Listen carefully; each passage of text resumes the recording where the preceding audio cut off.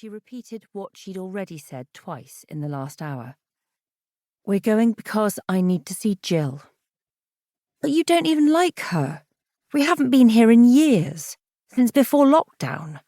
Why do we have to come now?" The vice of tension in Gabbie's stomach ratcheted up another notch.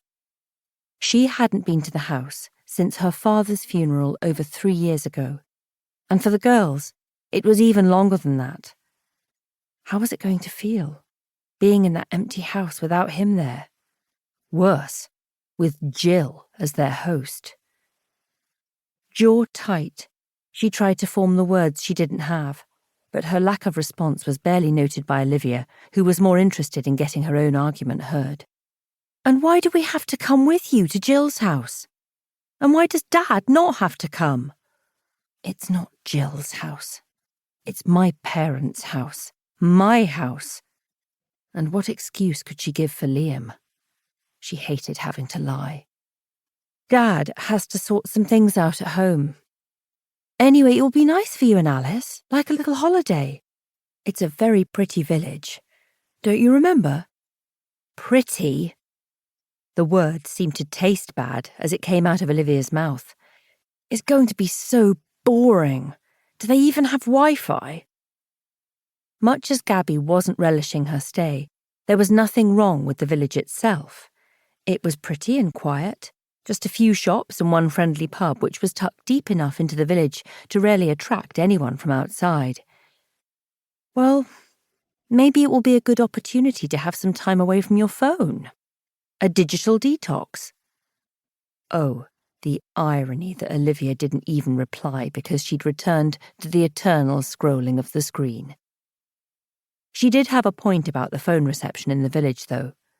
Hopefully the Wi-Fi was better than the last time they were here. Now, more than ever, Gabbie needed to be available for work. A loud slap of rain on the windscreen brought her back to the road ahead. What was she going to say to Jill when they arrived? Their conversation earlier had been stilted, not least because it was the first time Gabbie had called in over 2 years. Even during lockdown, she'd only sent the most occasional of messages to check that she was well and didn't need anything. Jill's shock at her request was hardly surprising. "You want to come here? Tonight?" Her tone had been as unwelcoming as if Gabbie had suggested turning up at the house with a 30-piece orchestra rather than just the 3 of them. "Yes, I know it's short notice. I'll explain when I come." That was the part that was worrying her. How much was she going to explain? How much did she want to tell her? And how the hell was she going to find it in herself to ask that woman for help? Jill had coughed, her usual tactic for stalling for time. "Well, of course. This is your home.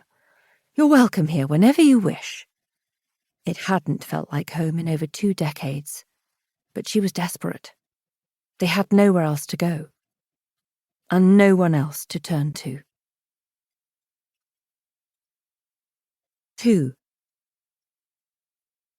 From the motorway, Gabbie turned left 3 times onto progressively quieter roads. The familiar Fernley village sign, with its constable-esque painting of a farmhand driving a horse and carriage, welcomed her to the place where she grew up. Now, driving at the requested 20 miles per hour, it was impossible to miss the bus stop where she and her friends had caught the 11 minutes past the hour into the next town. The bench where Sally Whittlestone had allegedly kissed Peter Colton for 15 minutes.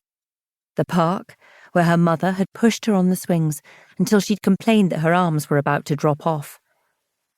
Long-forgotten moments unwrapping themselves, like fine china that rarely saw the light of day.